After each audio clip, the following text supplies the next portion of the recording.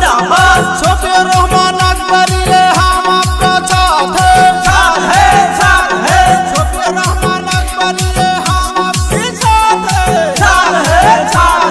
मैं मुरब्बी करছে দোয়া শফীউর রহমান জিতবে जीतबे जीतबे मैं मुरब्बी करছে দোয়া শফীউর রহমান জিতবে जीतबे जीतबे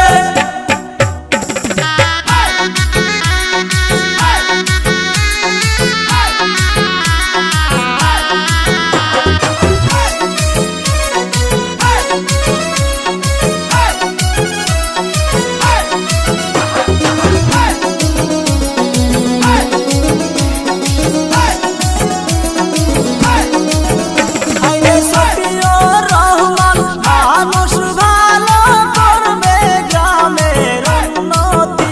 আইরে শফীউর রহমান মানুষ ভালো করবে গ্রামের উন্নতি। এবার আকাশে বাতাসে শোনা যায় দেখো শফীউর রহমানের বয়ন পায়।